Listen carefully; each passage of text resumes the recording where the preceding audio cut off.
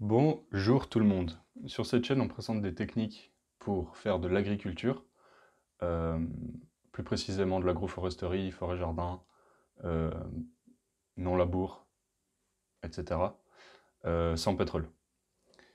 Pour différentes raisons, référez-vous aux vidéos de présentation de la chaîne. Ici, dans cette vidéo, je voulais présenter comment on peut faire du BRF sans pétrole, parce que le BRF, c'est un peu une des clés de la fertilité des sols. En tout cas, si on veut accélérer, un retour de fertilité. Et du coup, l'accès au BRF, c'est assez clé, mais le souci, c'est que le BRF, actuellement, il est principalement produit par des machines gigantesques qui consomment des mètres cubes de diesel. Et du coup, la question, c'est est-ce qu'on peut faire du BRF sans pétrole? Euh, je sais qu'il existe des alternatives électriques, des alternatives qui consomment beaucoup moins, mais c'est toujours des machines qui peuvent tomber en panne. Donc la question c'est est-ce qu'on peut faire sans machine? Et donc là dans cette vidéo je vous présente un peu différentes manières de faire, tout à la hache. Alors il existe effectivement des outils qui sont des sortes de pièces mécaniques qui permettent de faire passer plusieurs branches à la fois avec une manivelle et des couteaux qui tournent. Ça s'appelle le hache-paille. On en a un en réparation. Donc je vous ferai peut-être une vidéo dessus le jour où on l'aura réparé. En attendant, ces outils-là sont assez peu vendus encore pour le moment et peu accessibles. Et je voulais faire quelque chose qui soit à la portée de tout le monde.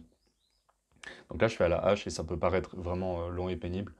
Et en fait, je vous montre plusieurs approches justement pour que vous puissiez vous rendre compte un peu de la chose. Donc la première approche que vous avez vue avant, il y a eu la petite intro et ensuite il y a eu la première séquence où j'essaie de débiter un gros diamètre à la hache. Euh, Déjà, j'utilise une hache relativement légère parce que c'est beaucoup moins pénible, même si on a un peu moins de force en fait. Pour faire une grosse quantité, c'est quand même plus efficient. Et le gros diamètre, vous vous rendez compte que c'est assez... on laisse tomber, quoi.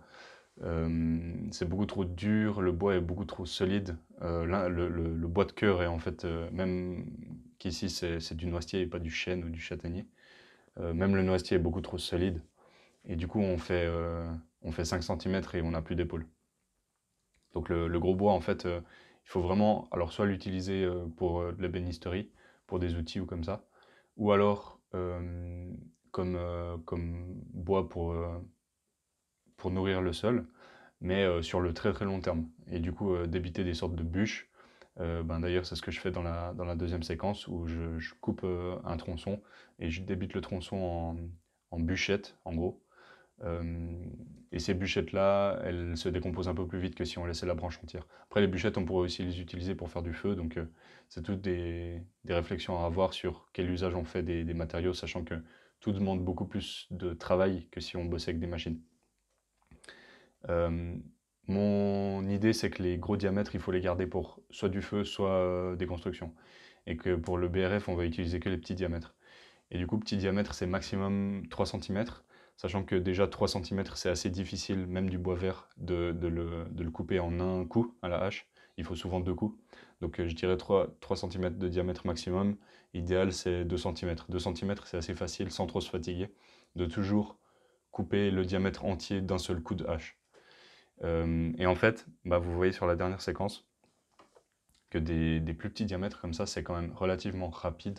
Je dis relativement parce que on va pas créer du BRF pour faire des centaines de mètres carrés de broyat comme, comme certains ont tendance à vouloir faire.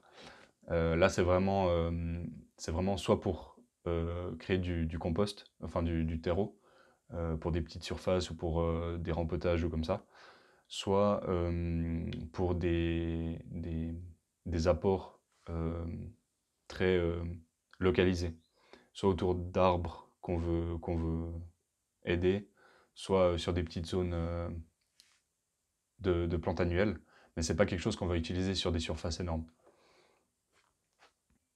Et du coup, l'intérêt principal de cette vidéo, c'était de vous passer le message que ici, vous voyez dans le background qu'on a pas mal de noisetiers. Et les noisetiers font justement ces tiges droites très pratiques avec des petits diamètres. Malgré tout, euh, on a un stock limité et on préfère utiliser ces belles tiges droites pour faire des tuteurs, ouais, tuteurs principalement, et des outils, que pour les réduire en plaquettes, en morceaux, en BRF, pour nourrir le sol.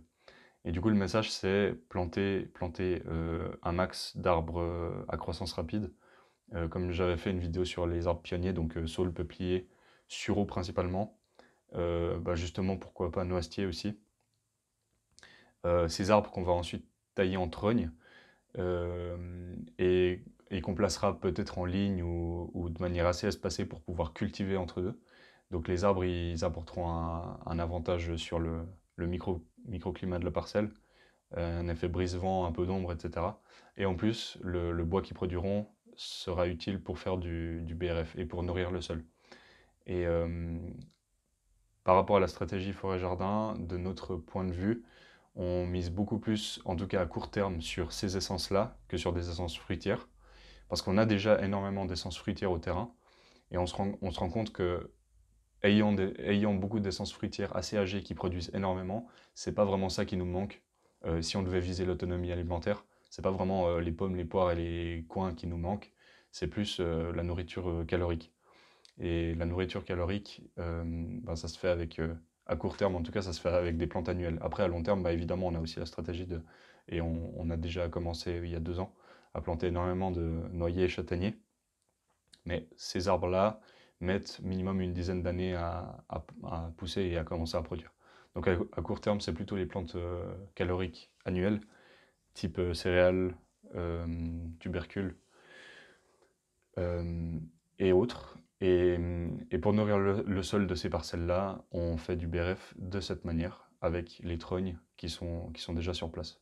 Et on placera des rondins à certains endroits clés, avec la petite construction que j'ai mise à côté justement, qui est bien pratique, avec 4 piquets et une bâche par-dessus, qui permet de récupérer l'essentiel des morceaux de bois qui vont gicler assez loin. Allez, ciao, à la prochaine!